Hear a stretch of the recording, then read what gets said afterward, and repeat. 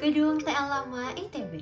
Gedung ini merupakan salah satu aset penting di lingkungan kampus ITB Ganesha. Tidak hanya karena nilai historikalnya yang sangat tinggi, tetapi gedung ini masih dipakai sehari-hari loh oleh hampir lebih dari 500 pengguna aktif, mulai dari dosen, tenaga pendidikan, laboran, hingga mahasiswa. Karena fungsinya yang sangat padat, kondisi gedung ini perlu dilihat bukan hanya dari sisi bangunan, tetapi juga sisi kenyamanan, keselamatan, dan ketahanannya terhadap gangguan. Oleh karena itu, ayo kita cari tahu apakah gedung TEL Lama ITB sudah memiliki tingkat resiliensi terhadap ketahanan iklim. Mari kita kaji. Jika dilihat dari kondisi existingnya, gedung TL Lama sudah menunjukkan beberapa masalah yang cukup serius. Bangunan ini tergolong tua dengan material utama berupa beton bertulang lama dan elemen kayu pada beberapa bagian seperti rangka atap dan partisi. Kondisi ini membuat gedung rentan terhadap pelapukan, serangan rayap, dan penurunan kekuatan struktur seiring dengan berjalannya waktu. Selain itu, instalasi listriknya juga sudah berusia cukup lama dan menanggung beban yang lebih besar dari kapasitas awal, sehingga risiko korsleting dan kebakaran menjadi lebih tinggi. Dari sisi kenyamanan ruangan, ventilasi gedung masih bersifat pasif dan belum optimal. Jendela yang jarang dibuka membuat sirkulasi udara di dalam ruangan kurang baik, sehingga ruangan terasa panas dan mengap, apalagi saat digunakan oleh banyak orang sekaligus. Hal ini diperkuat oleh kondisi bangunan yang menampung aktivitas kuliah, laboratorium, ruang dosen, ruang administrasi, dan sekretariat mahasiswa dalam satu gedung. Jadi, beban operasionalnya memang sangat tinggi. Masalah lain yang tidak kalah penting adalah sistem keselamatan gedung yang masih terbatas. Saat ini, proteksi kebakaran belum dilengkapi dengan sistem yang memadai, seperti detektor asap, sprinkler, maupun alarm kebakaran yang terintegrasi. Jalur evakuasi juga belum sepenuhnya terstandarisasi. Artinya, jika terjadi keadaan darurat, respon penghuni gedung masih sangat bergantung pada kesiapan individu, bukan pada sistem yang benar-benar siap pakai. Jika dilihat dari pola penggunaan, gedung ini memang dipakai secara intensif setiap hari. Ruang laboratorium, ruang kuliah, ruang dosen, dan area administrasi berada dalam satu bangunan yang saling berdekatan.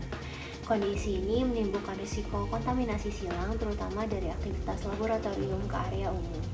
Jadi masalahnya bukan hanya pada bangunan tua, tetapi juga tata ruang yang kurang mendukung keselamatan dan kenyamanan.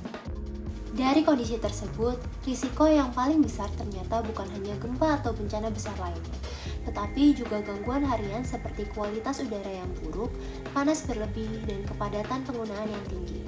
Tiga hal ini sangat memengaruhi kesehatan, konsentrasi, dan produktivitas pengguna. Kalau dibiarkan terus, kondisi ini bisa menurunkan kualitas proses belajar mengajar dan pekerjaan laboratorium.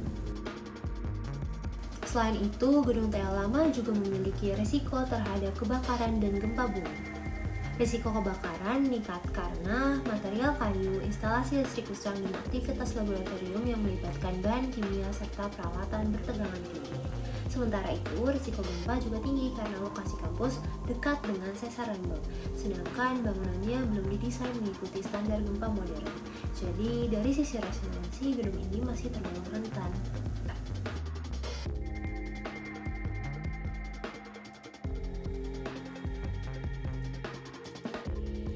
Berdasarkan analisis tersebut, tingkat resiliensi gedung TL Lama masih berada pada kategori rendah menuju sedang. Artinya gedung ini masih bisa berfungsi, tetapi belum cukup kuat untuk menghadapi gangguan besar secara aman dan cepat. Karena itu, perbaikannya harus dilakukan secara bertahap.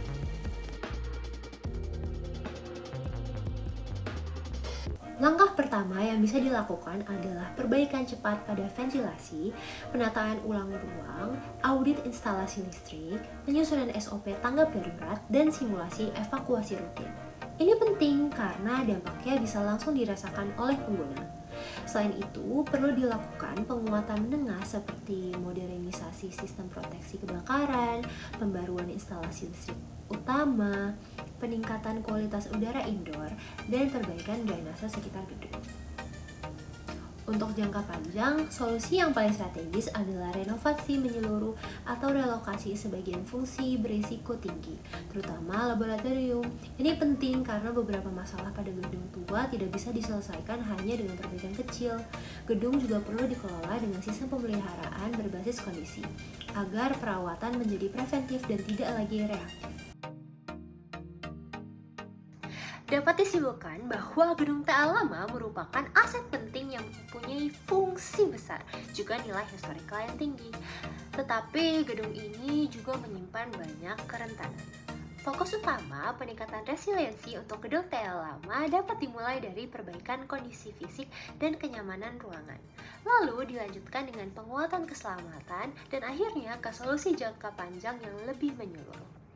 Dengan pendekatan seperti ini, gedung TA lama ini bisa tetap mendukung aktivitas akademik secara aman, nyaman, dan berkelanjutan.